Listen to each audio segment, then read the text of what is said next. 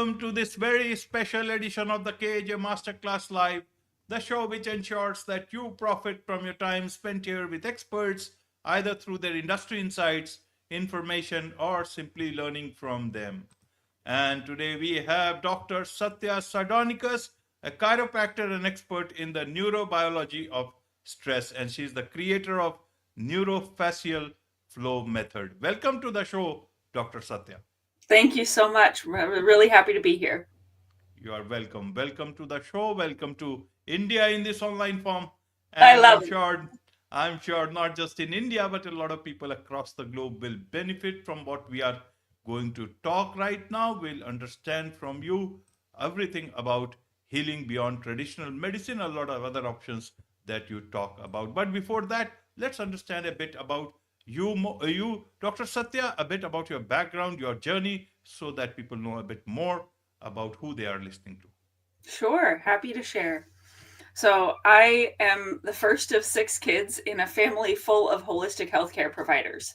My dad is a chiropractor, my mom is a craniosacral therapist. They're both actually yoga teachers as well. And I was raised with a strong focus on the body being self-healing. That if something is wrong with my health, I don't need to try to micromanage it and fix it with pills and potions and even herbs, which can be helpful. But that the first place to start is to say, why is the body not healing itself? Because it knows how to be self-healing and self-regulating. And so that became even more, I kind of took it for granted as a kid, watching a lot of people who were suffering deeply and had been given up on by traditional medical doctors come and see my dad with cerebral palsy and asthma and just like all sorts of crazy different health conditions that all got better under his care. And that was normal to me in my life, that by restoring the brain body signaling that he did with his chiropractic adjustments so that the nerves would work between the brain and the body, that was just normal to me. And I said, okay, great, we need that. But I got older and I was in a really severe car accident. When older, I was 7 years old when I was in the middle seat of a car that just had a lap seat belt, so I didn't have one on my chest. And we were stopped at a light and hit at 80 kilometers an hour from behind. And I ended up with 3 disc herniations in my neck, injuries to my neck, and one to my low back. But what we didn't know until 20 years later is that I also got a really severe brain injury that day. And it led to me having a lot of mysterious symptoms like hypersensitivity and more reactive, more easy to get into arguments with my siblings. I wanted to control everything around me. And as I got older, more headaches and dizziness and nausea and chronic fatigue and weird electric shocks down my arms and legs and progressive muscle weakness where I couldn't exercise anymore. I couldn't even run 5 feet without collapsing. And by my early 20s, my parents, my doctors, me, we all thought it's very emotional, not going to survive because everything was declining really quickly with my health. And I knew that I had to figure out what was going on, but doctors couldn't figure it out. They thought I had multiple sclerosis or fibromyalgia, or best of yet, it's all in your head.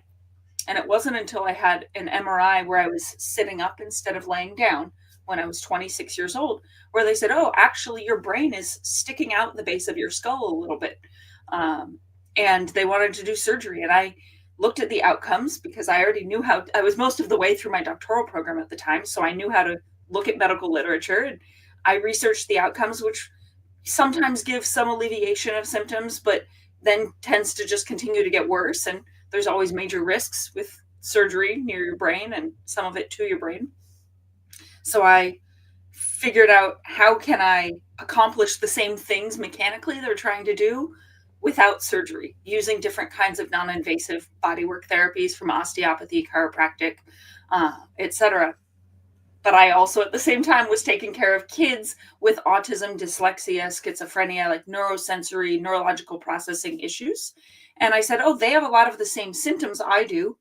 And their parents, who are super stressed out taking care of high needs kids, also have a lot of the same symptoms. And that led me to realize that part of the problem wasn't just about my brain injury, was also just because my nervous system was trapped in this chronic alarm survival mode, and it distorts a lot of processing. And that's where I've come to now, is being able to share with people, whether they have the same condition I do or not, who have really chronically elevated alarm mode in their brain that is not broken, just adapting to stress. And how can we get out of that? Because we can, even in a stressful environment. How's that for an intro? It's your story, and It is. I'm trying to It's big. understand it better, and also understand what you are trying to say, understand how you must have felt at that point in time, being a doctor or not a doctor. Every individual, whenever they face such situations in life, it can be a very difficult one, and they always look at things from every perspective. So I want to understand about this particular incident that led to this sort of a thing. So is it that the body's response to, you know, fight or flight, that triggers at for only that moment, can also get triggered by different situations or an accident like yours, and then can get activated? It is like a switch which can get activated and the bulb is on, and during the daytime you may not feel it much if the sunlight is coming, but at night when you want to sleep, it will not let you sleep. That's true. It definitely doesn't let you sleep. So that's because if your brain thinks a tiger will attack you, you shouldn't sleep soundly through the night. You need to stay alert to be able to survive. You also want to shut down your reproductive function and not bother with growth or wound healing, because those are things that are long term, and we are concerned with short term threats. So you're going to have more aggression, more anxiety, more depression, more hyper reactivity. You're more on edge. Your ability to like learn math or remember someone's name, not very important. Those get down regulated. And so there's a lot of chronic illness that people are labeled with that are actually the brain just being in this very intelligent, not broken, intelligent, adaptive state. And you touched on it, about the reason why do we get stuck in that? Because there's a lot of, conversation around stress management, and mostly it's around the emotional stress. But when I say stress, I'm actually talking about physical stress, chemical stress, and emotional stress. And when I say physical, I mean one of the primary kinds of stress that people think of with physical is trauma. You're like, yes, you've had a car accident or a fall or a concussion or something physical that's major. But we also have what's called micro trauma of postural stress. So if you're sitting at a computer all day with your head forward, or you're driving all day, or you're sitting all day, those put micro stress onto the spine, and that will send alarm signals to the brain, just the same as if a tiger was trying to attack you, just the same as if you had too much to drink or too much sugar. So the chemical stress can also affect us as well. So any of these things, whether it's fighting with your spouse or dealing with a really high needs kid that's stressful, or work stress, or the emotional stress, or the chemical stress, and also energetic stress of high EMF fields, or being around, like if you're a therapist who cares for people with a lot of trauma, like responding to being in the space with somebody else's intense energetic stress. All of these things are going to send alarm signals to the brain and push it into alarm. But the normal way we come out of it is by movement. So it's fine. It's normal we get triggered into alarm, fight or flight. But the way we come out of it is actually through movement. It's like if you smash your finger on the door, you want to shake it and you want to squeeze it, both. So deep pressure and movement, both are going to send calming signals to the brain. But if you have places in the body that aren't moving normally because they're bracing, they're holding old tension patterns, then those places are starving your brain of the signals that it should be feeding to your brain to calm it down. So just moving around in my normal life should actually help me recover from any kind of new stressor. But if I have stuck places, and by that I mean like your joints are jammed up, especially in the spine because it has the most of those receptors, but anywhere, if you have muscle tension, if you have restriction in the fascia, the soft tissue, the spider web that holds everything together, if it's stuck to itself or to surrounding tissue, then you can imagine if one part, because it acts like fabric, if it's sticky in one place, then you move around, it creates these tension lines elsewhere and can actually cause much more global stress patterns that will mechanically perpetuate an alarm response even when you're asleep.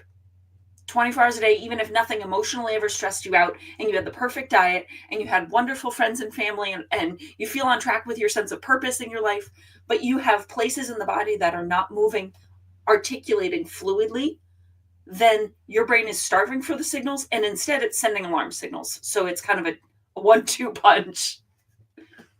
Right, right, Dr. Satya. So, what is the best way for those people who are working whatever way they are? Means I am also doing my shows, you also do work, others also do work. Many a times you are on the chair, on your desk, working in whatever posture that works for you. Sometimes you know, sometimes you don't even know what posture you have been sitting for quite some time. So, what is the Yeah, best way? I get Give buried in some a break. project and I don't realize, you don't think about your body, you're just in the work. Yeah. So, what is the best way to? Is it movement is the best way, or any other way that we should stop giving brain a wrong sort of an understanding of ourselves? Yeah. Yeah. So there's a couple of things. The ultimately what needs to happen is to loosen up the stuck places. And a lot of that you can do yourself with just like self massage. I'm working on the right now the fascia between the ribs can get really stuck together. So you can gently see, hey, do you maybe want to loosen up? Very light. It's almost like a cueing to the nervous system more than that you physically have to like tear it open. But it's encouraging the expansion because it gets constricted in.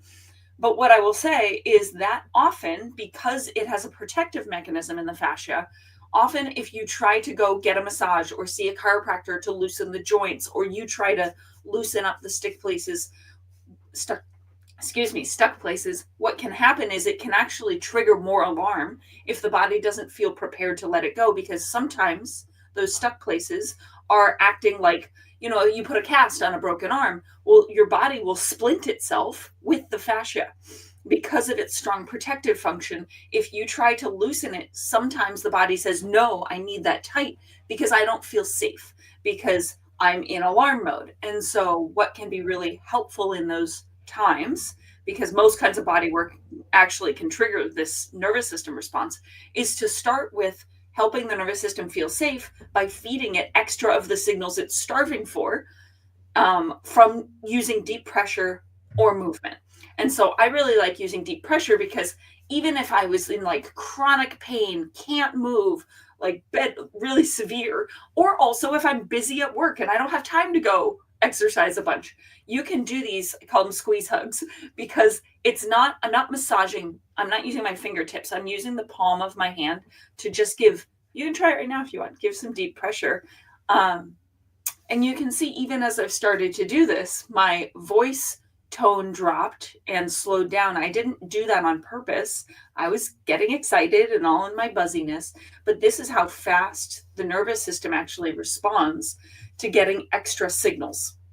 It's called proprioception for anyone who wants to know the technical term. Like you have sight, you have smell. Proprioception is actually a sense that we have. And most people think about it as like where your body is in space, but you get the signals from deep pressure and also from movement. So you can just articulate through your joints as well to feed your brain some more of these signals. Now that's going to be temporary, but you can use it in the moment if you're like feeling extra stressed out, or you can use it before you go into a place where you need to use your brain really well. Like if I'm going to go do an interview, I could do it right beforehand, and it would prime my nervous system to help my cognitive function be at its best.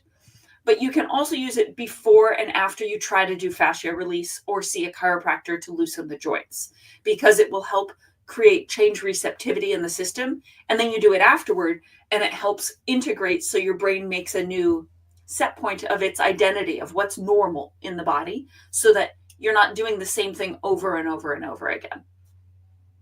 Right. So it's a signal to the brain that everything is fine. Do not get alarmed. Yes. Yeah. It helps, and helps it, even if it's already alarmed, it helps it come down.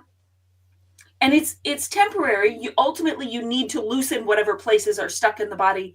And also, if you have major like diet stress because you eat trash. Like you can't do this to be able to eat McDonald's every day and ice cream or something, right? Like, but I do. But I, unlike some other doctors, there are doctors that show exhaustive research saying nobody should ever eat any grain, for example, because it's causing Alzheimer's and neurodegenerative diseases. And I agree. I see the results they're seeing in the research. And also, I believe in resilience. I believe that we should be able to choose our stressors, not just be resilient to the unavoidable ones. But if I really want a piece of pizza that's gluten and dairy, I should be able to eat it without it totally wrecking my system. So if somebody's been in chronic alarm mode for a long time, you might take a break while you try to recalibrate.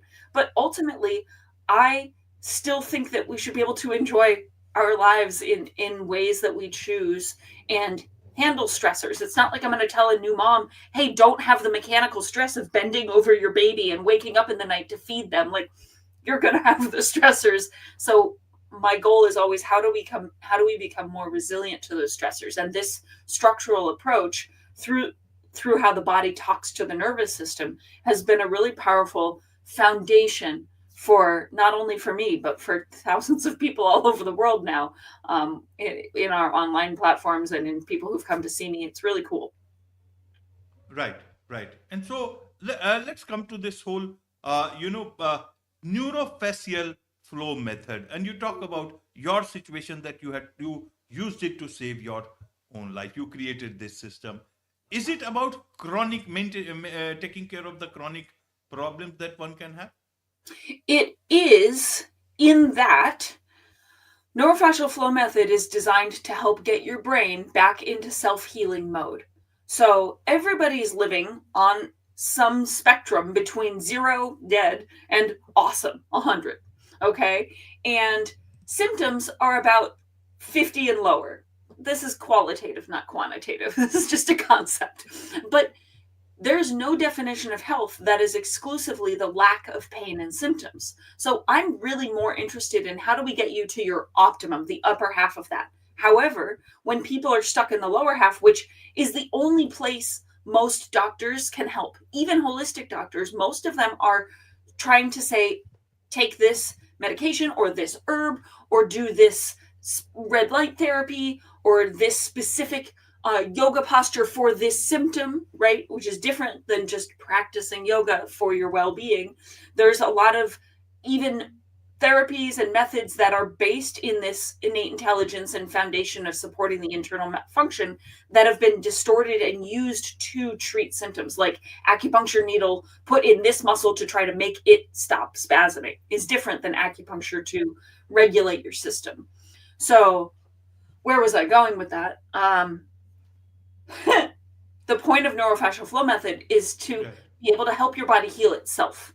Similar to a lot of these thousands of years old practices, it's just coming at it from, it's not meant to be a replacement for other things that work at that foundational level, like meditation, like working on your sense of purpose and connection with your family, with spirit, God, whatever that is for you, but some kind of trust that you're okay in the universe. All of these things are important. It's just the structural piece has been so missing from a lot of these ideas about how do we build a healthy person.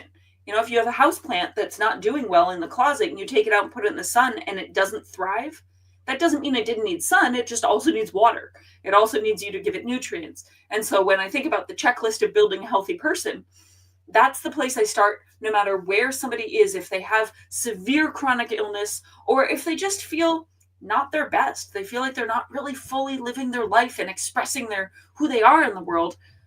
Equally, those people can benefit from NeuroFascial Flow Method as a practice to use the body signals to the brain to help it be in its optimal state of function.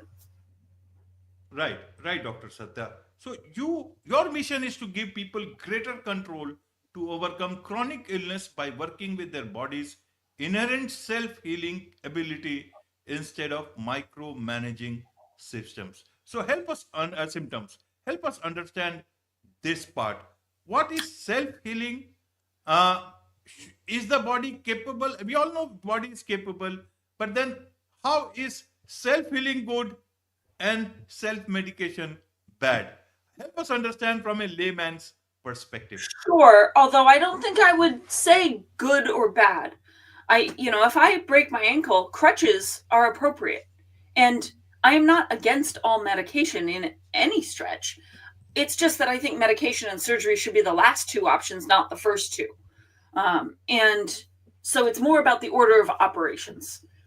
And what I'm talking about with self healing is you went from a fertilized egg to trillions of cells that all know how to do their job without anyone telling them what to do, least of all a doctor. When you eat food, you don't have to tell your stomach and your liver how to parse out the proteins and separate the glucose. It just does it. If you cut your arm, you don't have to tell it to send fibroblasts and platelets to go. It knows how. And the same intelligence that grew a baby inside of another human and then it was born, and you hold this new baby. How many of us have held a brand new baby and you look at it and you go, oh my gosh, this is a miracle. A miracle, right? But here's what you and I and a lot of people have often forgotten and could use the reminder is that you are still that same miracle, but even more so because you lasted this long. So no matter what depths of suffering or illness somebody is experiencing, the intelligence that directed the creation of the body is still there working on self-healing, self-regulation. And if you're religious, you can think of it like a piece of God. If you're not, I think it's still magic. Like, it's amazing. And so it's not really relevant whether somebody has a religious belief or not to be able to acknowledge that just looking at the science, we have to say, yes, there is an intelligence that is directing the body, and it knows how to heal better than I know how to heal you, than any doctor knows how to heal you, whether they admit it or not. And so my first goal is to say, let me make sure that that intelligence of the body has everything it needs to function normally. And I actually really appreciate, and I've integrated into NeuroFascial Flow, Eastern as well as Western approaches. So we look a lot at the chakra system and also the meridian system out of Chinese medicine. I think of it like different colored sunglasses to look at the same situation so that you can figure out, what does my body need? And learning, I'd say the central purpose, the central focus of NeuroFascial Flow is actually learning the language of your body, learning how to listen to what your body signals are telling you, because it actually will tell you what it needs and what it doesn't like when you try different things.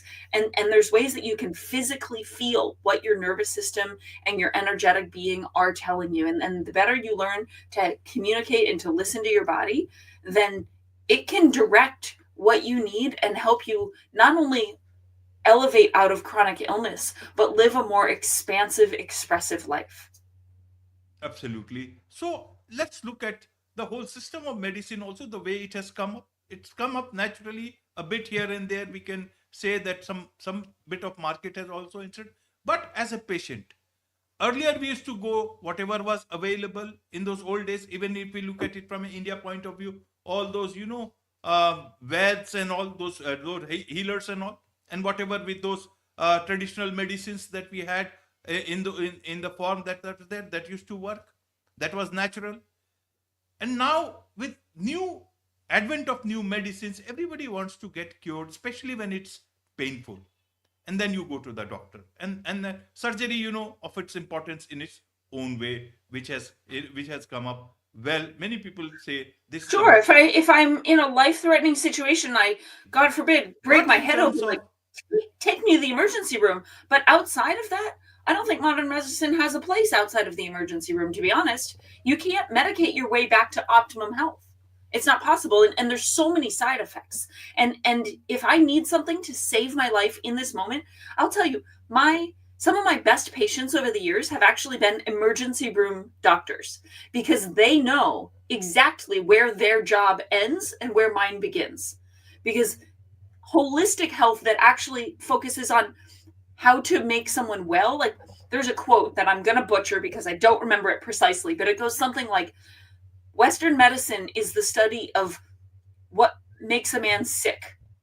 And chiropractic, and also several kinds of more Eastern traditional medicine, and even Western indigenous, like a lot of traditional approaches in general, are focused on what makes a man well. And that distinction is really profound, and it's the lens through which it's not really about which technique or tool. Like, I could take an herb to help balance my system because I'm trying to optimize, or I could take the same herb because I'm trying to stop this symptom from happening. And those are different lenses that I do believe actually yield different outcomes. Right, right, Dr. Satya. So, as an individual, as a person, patient, if possible, if that is the case, how do I choose? How do I know, okay, this is the best way to go? This is the chronic problem. This is the only thing I can help use, and this is then I need to go to a doctor. Sometimes it can be both ways. They first go to the bigger doctor, the modern doctor, and then they find, okay, this is where till they can help, and then you go back to the other forms of medication or medicine nowadays, functional medicine, food as medicine, and so many other things. But for a patient who is in pain, especially, that can be a tricky thing to decide. So, what is your uh, advice in such cases? Where should they look at such a situation? How should they look at, especially if it's a chronic situation? How do they seek help? Well, I think everybody's situation is very nuanced and needs to go through your own filter. I don't want you to blindly listen to me or anyone else. It should go through your own filter of what makes sense. Like when the doctor explains why I'm recommending XYZ, like I always tell my patients why I'm recommending something, because I want to bring you to a stand for yourself. I want you to be able to make your own decisions and be your own best doctor. That said, I don't know what's best for all of our listeners. What I can share is how I've chosen to approach this, because there are parts of my story I haven't yet shared. One is when I started getting better from the brain injury symptoms because of the fascia work I did on my body, I had some neurological symptoms get worse to the point where we realized that I also had chronic Lyme infection in affecting my brain, which is meant to thought to be a lifetime thing once it's chronic. I don't have it anymore. I also, a couple of years ago, had a tumor grow in my hip and metastasize very quickly to my breast in a matter of months. And we ruled out everything other than a very severe form of metastatic cancer. And the expected time I would last was a few months. Clearly, that wasn't what happened. I personally said, well, for that example, because cancer is so common, I'll share what my experience was. Is I said, why is my body not healing itself? We get cancer cells and the immune system identifies and kills them all the time. Why is it not working? And I realized that for me, my food was already great. Like my chemistry, so great because I was taking care of my brain stuff. My sleep, I get chiropractic adjustments, I meditate, I do yoga. Like there were so many things I was doing right. So the thing that was left for me was that I was having such a strong sense of purpose in making sure that people don't suffer as much as I do. And I wanted to take care of patients and teach doctors internationally. I was flying all over the place.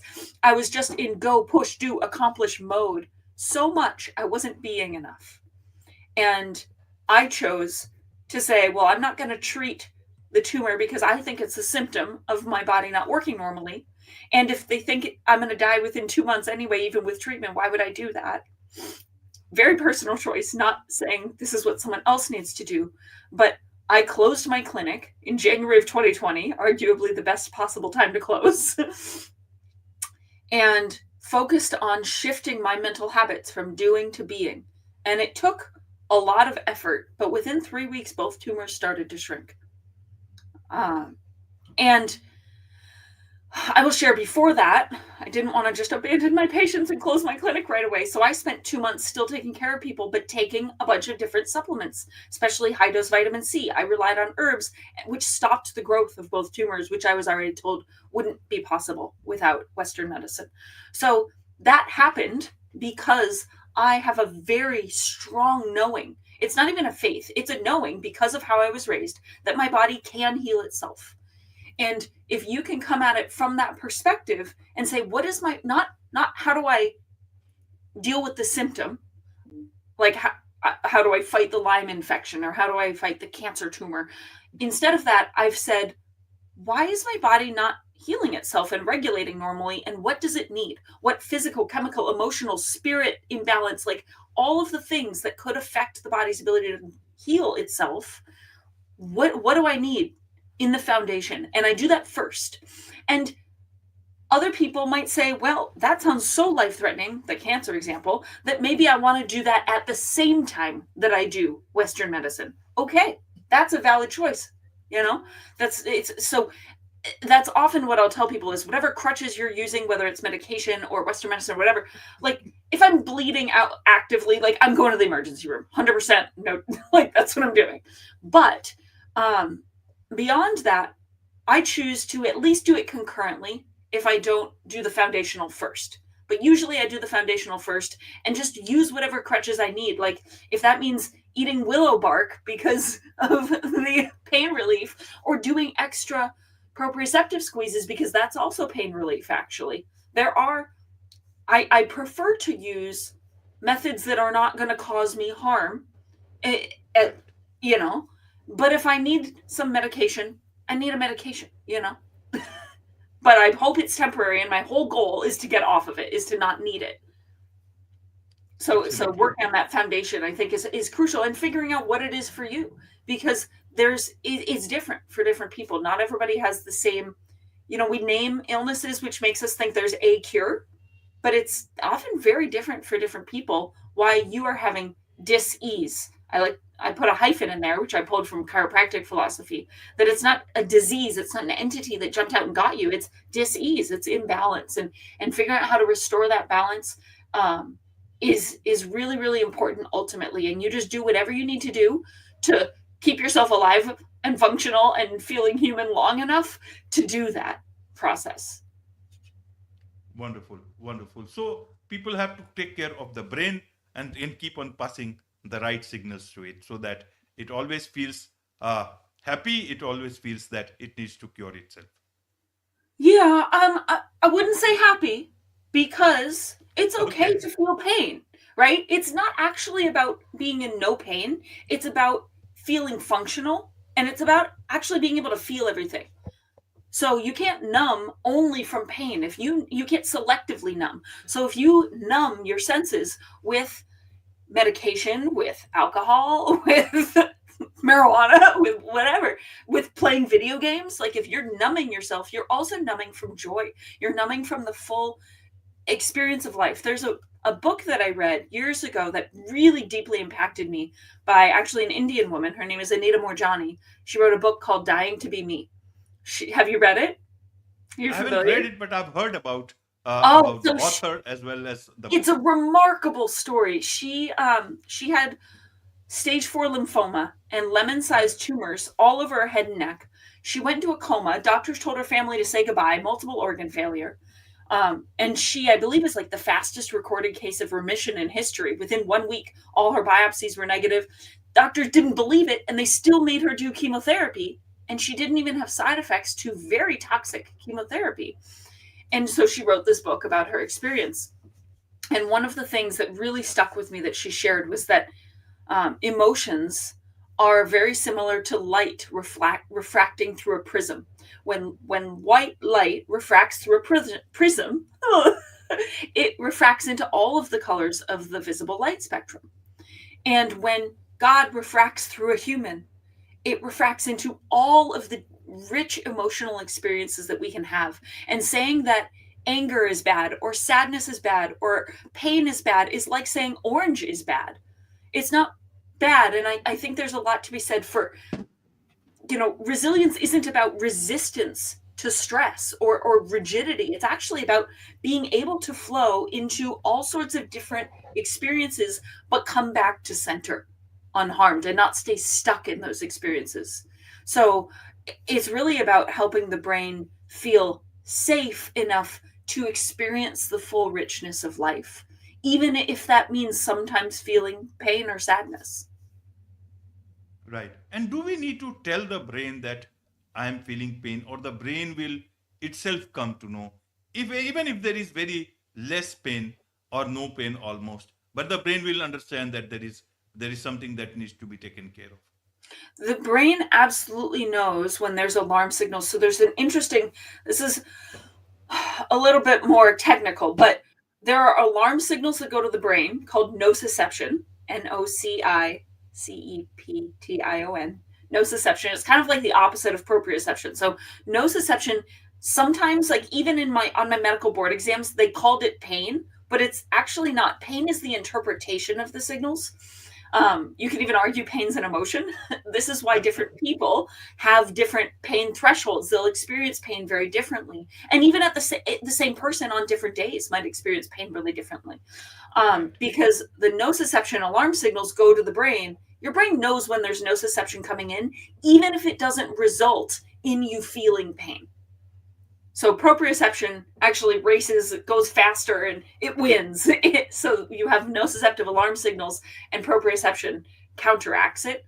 So you might not even end up feeling a pain you're aware of, but your brain definitely knows all of the nociceptive alarm signals, and it will be able to handle that as long as it can actually perceive them. And that's why chiropractic care is such a central tenet of what I'll do for my health forever, because a chiropractor is the only one I know, although only some chiropractors are trained well to do it, I believe, but to be able to make sure the brain-body signaling is working correctly so your brain can actually make informed choices about how to express health. Wonderful, wonderful. Yeah. There's so much to learn from you, Dr. Satya, about all these things, and I'm sure a lot of people would like to connect with you, learn more about these things, and also take your help in whatever that is possible. So, what's the best way for them to connect with you? So I try to post a lot actually on TikTok and on Instagram as well. So my handle on both is the same. It's at Dr. Satya Wellness, DrSatya Wellness, WELLNESS. So I'm at Dr. Satya Wellness on both TikTok and Instagram. I also keep all the most up-to-date resources in the links in my bios on those. And people can also find me on my website, which is drsatyawellness.com.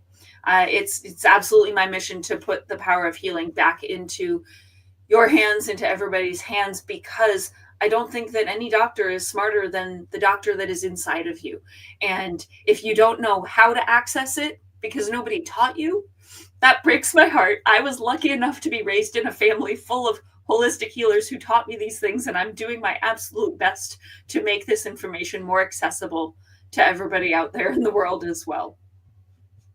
Absolutely, absolutely. All I can say is, may your tribe increase. With this, it's a wrap on this very special edition of the KAJ Masterclass Live. Thank you so much indeed for joining us. Thank you.